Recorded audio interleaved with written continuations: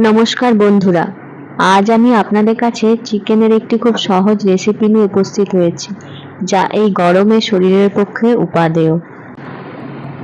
আলু পেঁপে দিয়ে চিকেনের পাতলা ঝোল। তো প্রথমে চিকেনটাকে ম্যারিনেট করে নিতে হবে।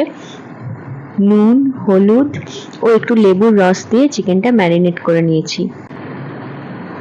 এরপর কড়াইতে তেল দিয়ে আলুগুলোকে প্রথমে ভেজে নিতে হবে। হালকা করে ভেজে তুলে নিয়েছি। তারপর আরেকটু তেল দিয়ে তাতে গোটা গরম মশলা ফোড়নে দিতে হবে এবং গরম মশলা থেকে গন্ধ বের হলে তাতে কাঁচা পেঁয়াজগুলোকে কেটে তার মধ্যে দিয়ে দিতে হবে। এরপর পেঁয়াজটা একটু নেড়ে চেড়ে নিতে হবে। হালকা রং ধরলে তাতে আদা রসুন বাটা দিয়ে আবার একটু নাড়তে হবে।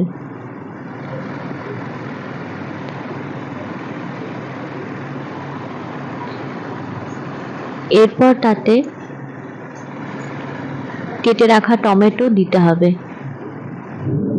দিয়ে আবার একটু নাড়তে হবে। খানিকক্ষণ নাড়াচাড়া করে ওতে 4-5টি গোটা কাঁচা লঙ্কা দিয়ে দিয়েছি।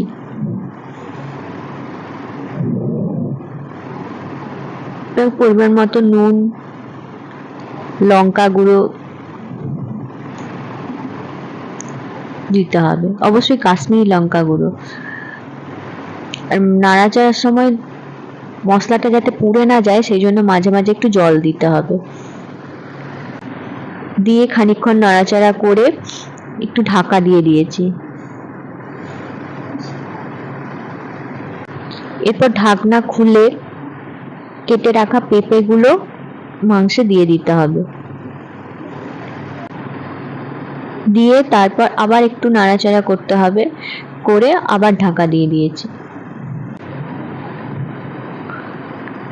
এরপর মাঝে মাঝেই ঢাকনা খুলে অল্প অল্প করে নেড়ে চেড়ে আবার ঢাকা দিয়ে দিতে হবে, যতক্ষণ না ভালোভাবে তেলটা মাংসের থেকে ছেড়ে আসে।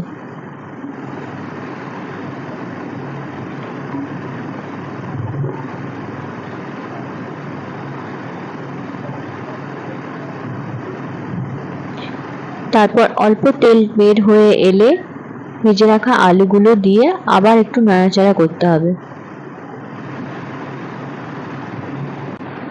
তারপর যখন তেলটা সম্পূর্ণ ছেড়ে আসবে মাংসের থেকে,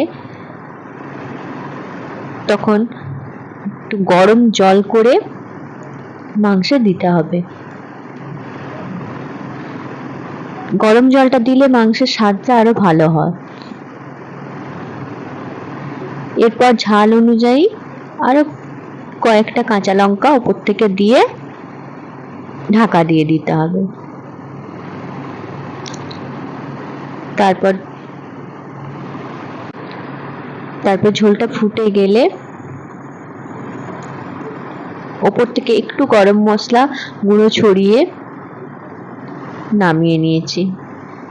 দেখুন এই গরমে কত হালকা পাতলা কম তেল মশলায় চিকেনটা তৈরি হয়ে গেল।